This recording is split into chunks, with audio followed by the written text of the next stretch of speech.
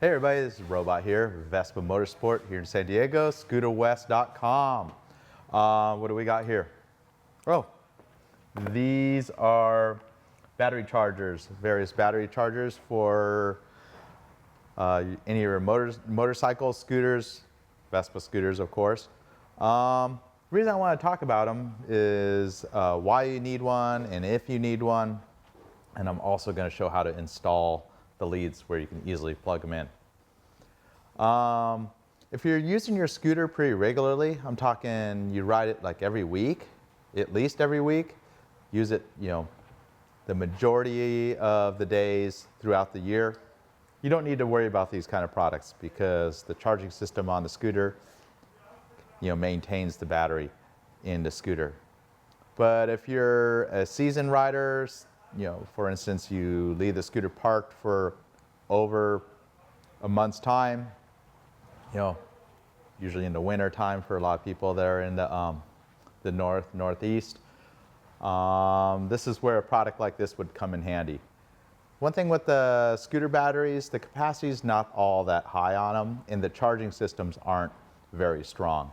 And that's kind of across the board with anything motorsports, motorcycles, scooters, jet skis, ATVs, they all kind of suffer from the same problems. The best way to do it is when you're garaging the scooter, not using it, say for 2-3 weeks, is to plug it into one of these style battery maintainers. We've been selling the battery tender for several years now. It's one of the least expensive products out there. That's a high quality, UL listed, safe product. Automatically shuts off once the battery is to the top of its charge.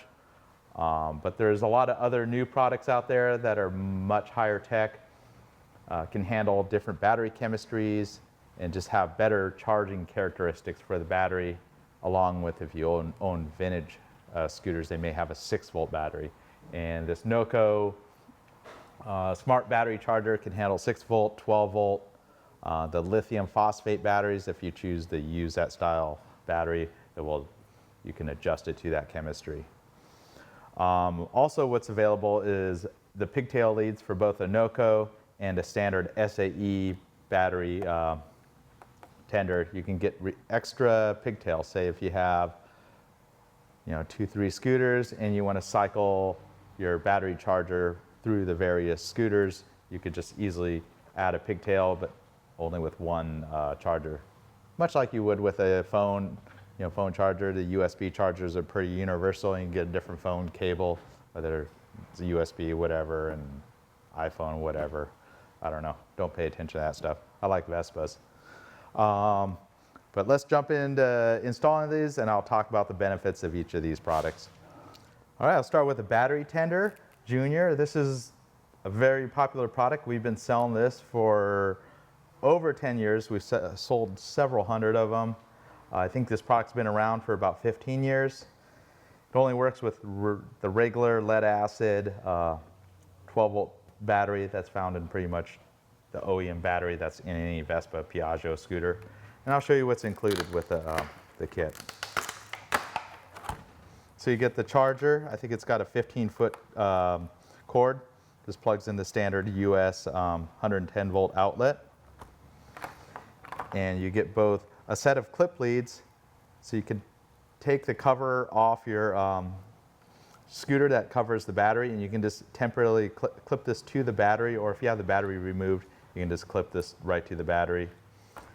And then it has a semi-permanent install set of leads here. So you set those 2 eyelets underneath the battery terminals with the screws, and then it's got this standardized, they call this a SAE 2-pin connection, and that plugs right in. And even though the battery tender is an older product, it's completely safe if you accidentally reverse the polarity.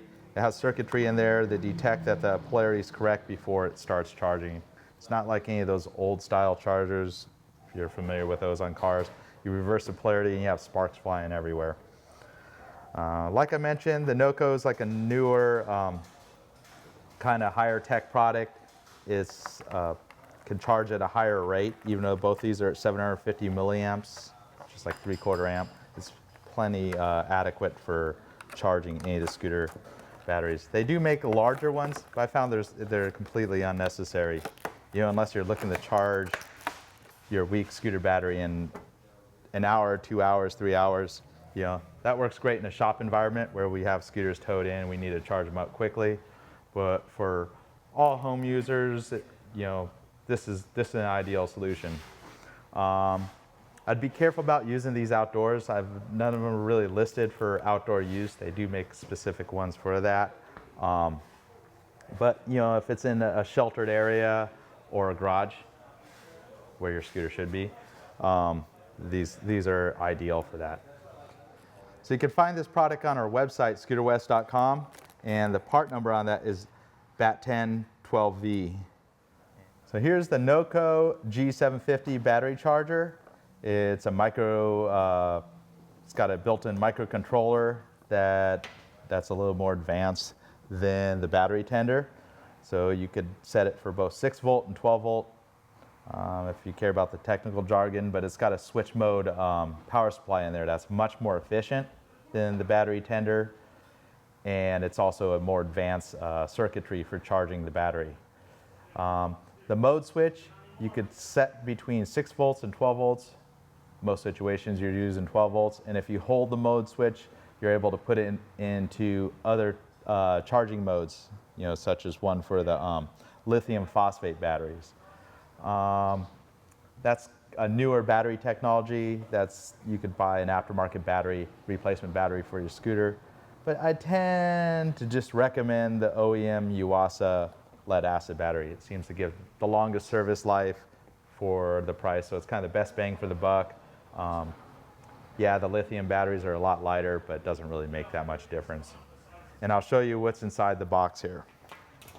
So here's the Genius G750 charger. It's got a mode switch that cycles between 12 and 6 volt. It's got 6 different error codes that will indicate, and in the owner's manual it talks about what the error is, whether you have a shorted battery or a battery that it can't recover. You know, when the batteries are very low, it will attempt to recover your battery by giving it pulses of a higher voltage than normal to get the battery kind of back to life. So it does a couple more advanced functions compared to the battery tender.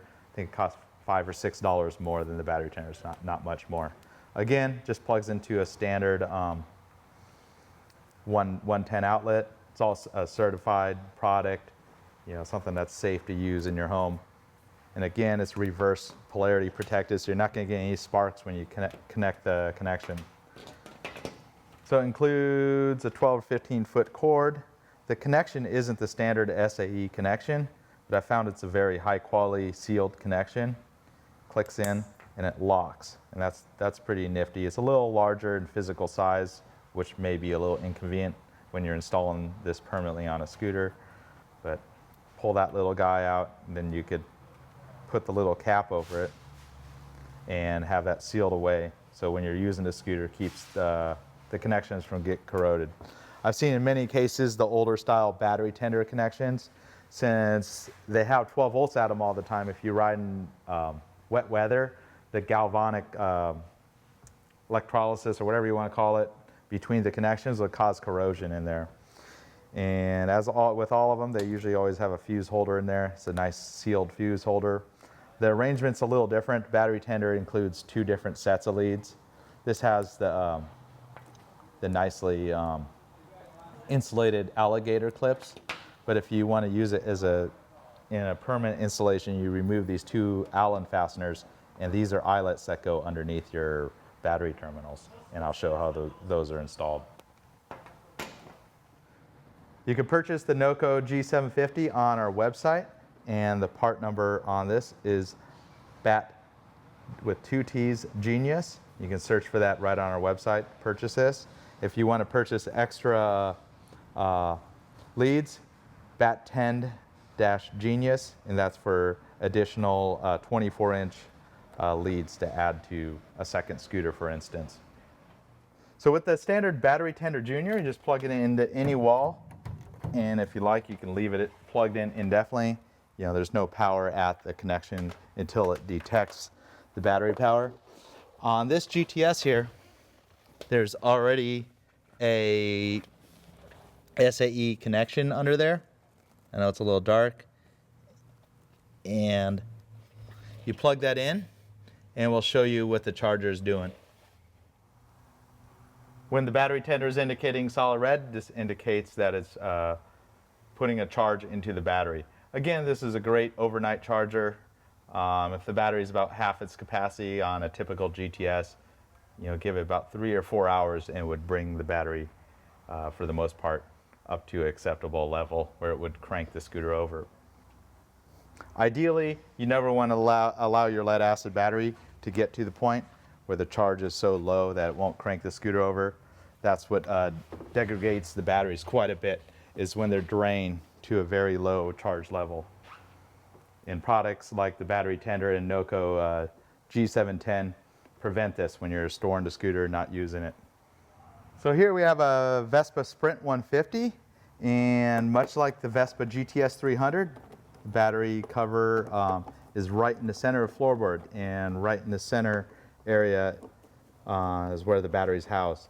It's always held by 4 screws, either Phillips or T25 Torx, and there's how you gain access to the battery. You can already see that we have the extra leads for a battery maintain lead on this scooter, and it's along with the strap. You want to make sure that this isn't routed where it could cut through the wire, kind of just something to keep in mind.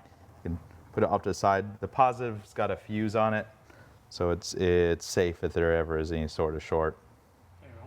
So with a Naoko, there's these temporary battery clamps. It is possible to use them. The one thing to keep in mind is the battery terminals are quite a bit in a well, so it takes some extra care to kind of clamp them onto the battery, because otherwise you kind of bump up and they'll want to pop off. And it's because of the tight clearance. Obviously, if the battery is pulled out, these would work pretty ideally. On some other models, such as the Vespa LX and ET4, the battery terminals are a little bit more exposed because the battery is located underneath the seat, or on a vintage Vespa where the battery is located underneath the left-hand cowl. These would work a lot better. I'm going to show how to install the pigtail leads. With the Naoko, you're going to need to remove these 2 Allen fasteners. They're a hex Allen. You're going to need a 2.5 millimeter Allen key to remove these 2 fasteners. And once you do that, you have 2 terminals that can be installed underneath the battery terminals. Obviously put these away for safekeeping. Maybe at some point you do want to use them to maintain a battery. So much like changing the batteries, you got the 2 terminals, a positive and negative, and they're always retained by a Phillips screw that also has a hex head. You could use an 8 or 10 millimeter hex, socket to do that. So you got the negative terminal, pull the screw out, and you could sandwich this on top of the original terminal that goes to the scooter.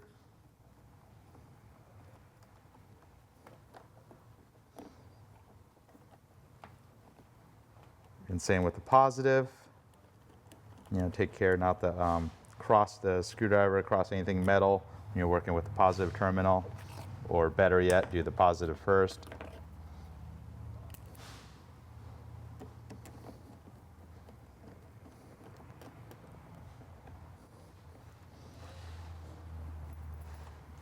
And one way to cheat this is, obviously you want to have that negative terminal out of the way.